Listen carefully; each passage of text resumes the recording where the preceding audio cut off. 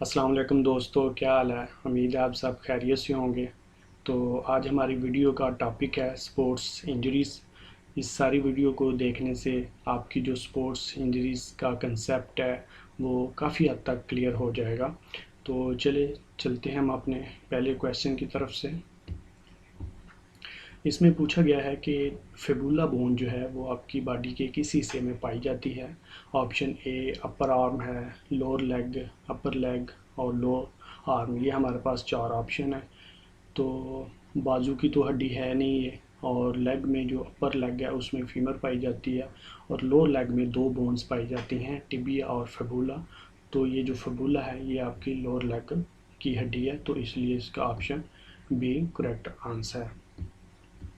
Next question पूछा गया है the this group of muscles collectively are called. इसमें चूँकि एक तस्वीर दिखाई गई है जो कि अमूमी तौर में पीपीएससी के एग्ज़ाम में या किसी एग्ज़ाम में नहीं दिखाई जाती, ये सिर्फ हमारी रहनुमाई के लिए है। तस्वीर में दिखाया गया है थाई के फ्रंट के जो मसल्स हैं उनको, और पूछा गया है इनका नाम क्या है। ये बहुत ही आसान है।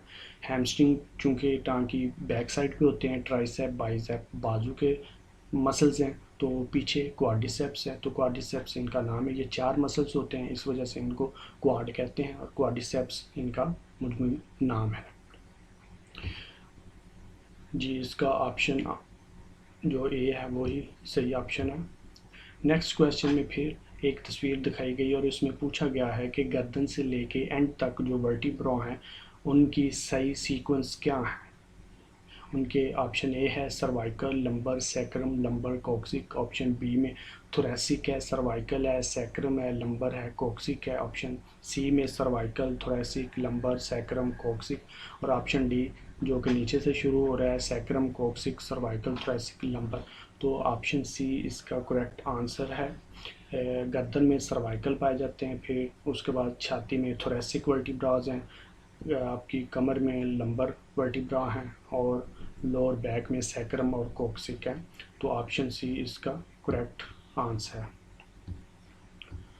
इस सवाल में पूछा गया है कि आपकी जो कमर है लंबर वर्टिब्रा वो कितने होते हैं एक्चुअली, 4, 5, 6, 7।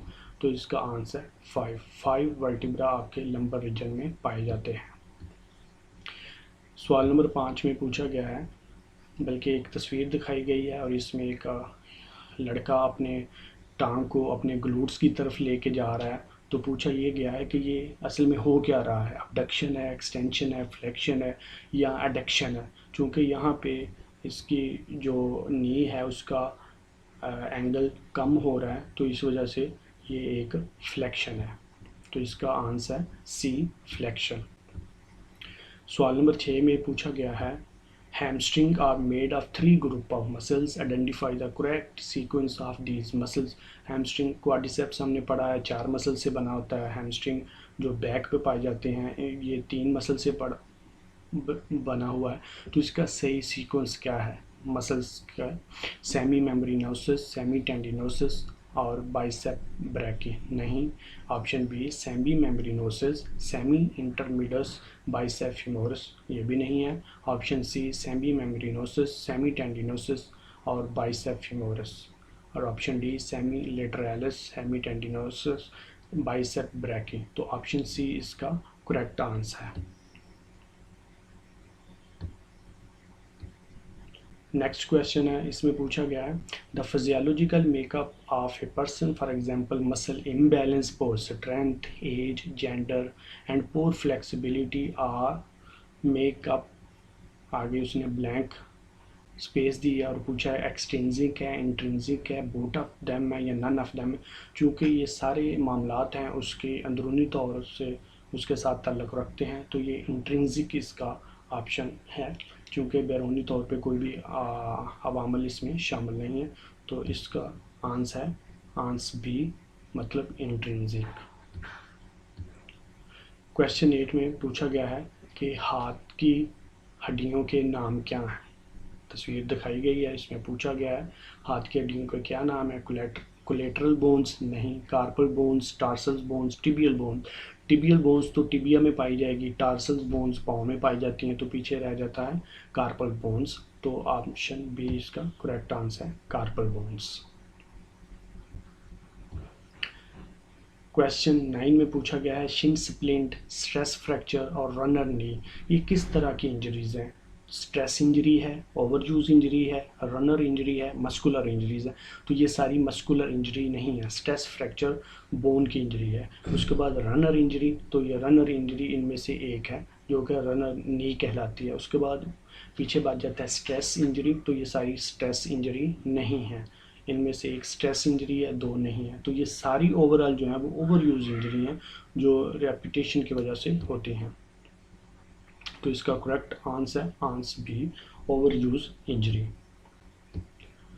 क्वेश्चन 10 में पूछा गया है an important piece of equipment to help prevent concussion and damage to the mouth, के जो मोस्टली गेम्स होती हैं कुलैयन वाली, जिस तरह अमेरिकन फुटबॉल है, रग्बी है, तो इसमें कंकशन यानी कि आपका थोड़ी देर के लिए कॉन्शियस लूज हो जाता है, सीवियर चोट भी लग सकती है। तो एक इक्विपमेंट होता है जो आपको बचाता है आपके मुंह को और कंकशन से, तो उसका नाम क्या है? Helmet with no face shield, option B face shield, option C gum shield और D shin pads. Shin pad तो चूँकि लोअर लेग पे इस्तेमाल होते हैं उनका तो इनके साथ तल्लक नहीं है। फेस शील्ड जो है वो आपके माउथ को और कंकशन को नहीं बचा सकती होने से। Helmet with no face shield आपके माउथ को नहीं बचाएगा, तो इसमें ऑप्शन सी करेक्ट आंसर है। ये एक किस्म का माउथ गार्ड होता है जो प्लेयर मोस्टली रग्बी में, अमेरिकन फुटबॉल में और कराटे में इस्तेमाल करते हैं। इसमें एक तस्वीर भी दिखाई गई है जिसमें प्लेयर गम शील्ड या इसका दूसरा नाम माउथ गार्ड है वो इस्तेमाल करता हुआ दिखाई गया है। Question 11. When an athlete injures themselves, they follow a grief reaction process. Can you identify the correct order below? मतलब एक प्लेयर को इंजरी हो जाती है तो वो किस तरह का उसका रिएक्शन प्रोसेस क्या होता है? Option A denial, frustration, anger, fear, anxiety, isolation of teammates, acceptance।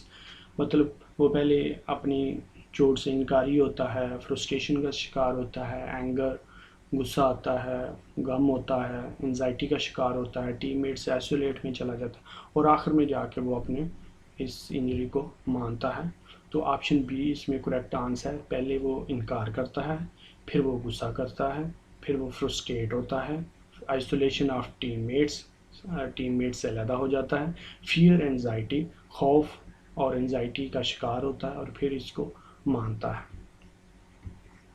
Question 12 में पूछा गया during the inflammatory response chemicals are released into the body, one of the function of the chemical is to bring white blood cell to the injured area. Can you identify the correct white blood cells from the list below? वो ये पूछ रहा है कि जब जिस्म का कोई हिस्सा इन्फ्लेमेशन होती है, सूजन होती है, तो वहाँ पे जो केमिकल्स आते हैं वाइट ब्लड सेल्स, उनका नाम क्या है? फिब्रोब्लास्ट है, मैक्रोफेजेस है, फिब्रोब्लास्ट है, न्यूट्रोक्लास्ट है। तो यहाँ पे ऑप्शन बी करेक्ट आंसर है। सवाल नंबर 13 में पूछा गया है this picture is an example of what type of movement. ये तस्वीर में दिखा रहा है कि एक वो अपना पाँव जिस्म से दूर लेके जा रहा है, मिड लाइन से दूर लेके जा रहा है। तो ये एडक्शन है, इन्वर्जन है, अबडक्शन है कि सरकमडक्शन है? सरकमडक्शन तो चारों सिमटों में जो मूवमेंट होती है उसको कहते हैं, और इन्वर्जन नहीं है, ये अबडक्शन, ये इसका ऑप्शन दुरुस्त है। सवाल नंबर 14 में वो पूछ रहा है द वर्ल्ड मसल्स लैटिन ज़बान से आया है, मस्कुलस से निकला है, तो इसका मतलब क्या है? लिटिल माउस है, स्मॉल माउस है, बॉडी मीट या इनमें से कोई भी नहीं? तो इसका करेक्ट आंसर है लिटिल माउस। सवाल नंबर 15 में वो पूछ रहा है कि हमारे मसल्स हमारी बॉडी वेट का कितने परसेंट होते हैं? 10 से 15%, 30 से 45%, 60 से 70%, 50 से 55%। तो ये हमारे जिस्म का तकरीबन 30 से 45% होते हैं। सवाल नंबर 16 में पूछा गया है कि which muscles in your body works the hardest. तो हम बड़ी जल्दी बटक्स या हैमस्ट्रिंग का नाम ले लेंगे, तो ये गलत है। जो सबसे ज़्यादा हार्ड काम करता है वो एक्चुअली हार्ट है।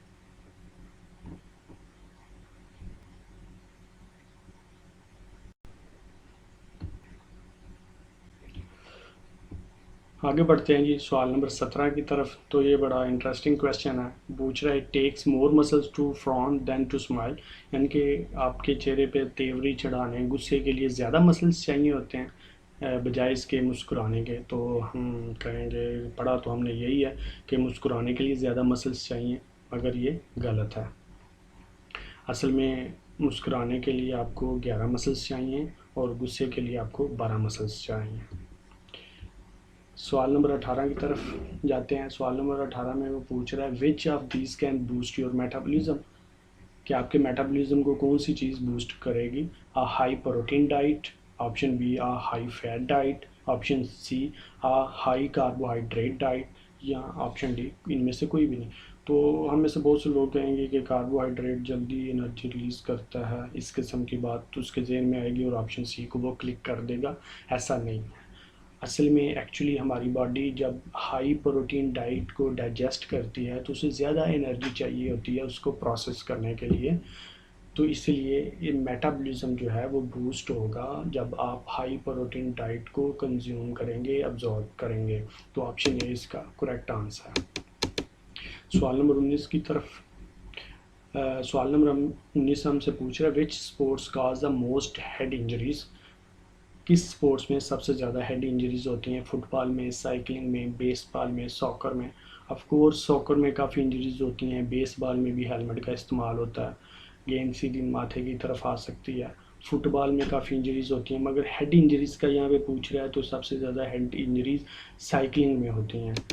तो तकरीबन जो सबसे ज़्यादा डेथ होती हैं हेड इंजरीज के बाद होती हैं। तो 85% जो हेड इंजरीज हैं उनको हेलमेट के दुरुस्त इस्तेमाल से बचाया जा सकता है। क्वेश्चन 20 में हमसे पूछ रहा है what's the exact cause of muscle cramps, muscle cramps जिसको हम चार्ली हॉर्स भी कहते हैं, मसल स्पैज़्म भी कहते हैं, उसकी असल वजह क्या है।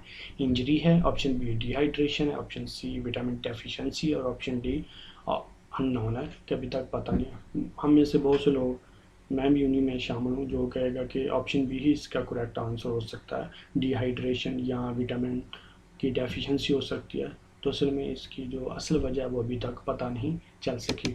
हो सकता है आपकी पोर कोऑर्डिनेशन हो, पोर ट्रेनिंग हो, मसल इम्बैलेंस हो, डिहाइड्रेशन भी रोल अदा कर सकती है, विटामिन डेफिशिएंसी भी कर सकती है, प्रीवियस इंजरी भी इसमें रोल अदा कर सकती है। तो एग्जैक्ट काज का अभी तक पता नहीं है। क्वेश्चन 21 में हमसे पूछा गया what is the most common runner injury, के दौड़ने वालों में जो सबसे आम इंजरी है वो कौन सी है। शिन स्प्लिंट है, रनर नी है, प्लांटर फेशिएट है, एक्लिस टेंडन है। तो शिन स्प्लिंट भी नहीं, प्लांटर फेशिएट भी नहीं, एक्लिस टेंडस भी नहीं, तो रनर नी ही कॉमन इंजरी है, क्योंकि भागते हुए जो सबसे ज़्यादा जो जॉइंट है वो काम करता है वो आपकी नी है। ये रेपिटेटिव मूवमेंट भी करता है और वज़न भी बियर करता है। तो रनर ने ही इसका ऑप्शन है, ऑप्शन बी करेक्ट आंसर। तो दोस्तों ये थी आज की वीडियो, और यहाँ पे कन्फ्यूशियस ने कुछ कहा है everything has beauty but not everyone sees it, हर चीज़ में खूबसूरती है मगर हर कोई नहीं देखता। अगर आपको ये वीडियो पसंद आई है तो चैनल को सब्सक्राइब कर लें ताकि आने वाली वीडियोस बर वक्त आप तक पहुँच सकें। Thank you so much.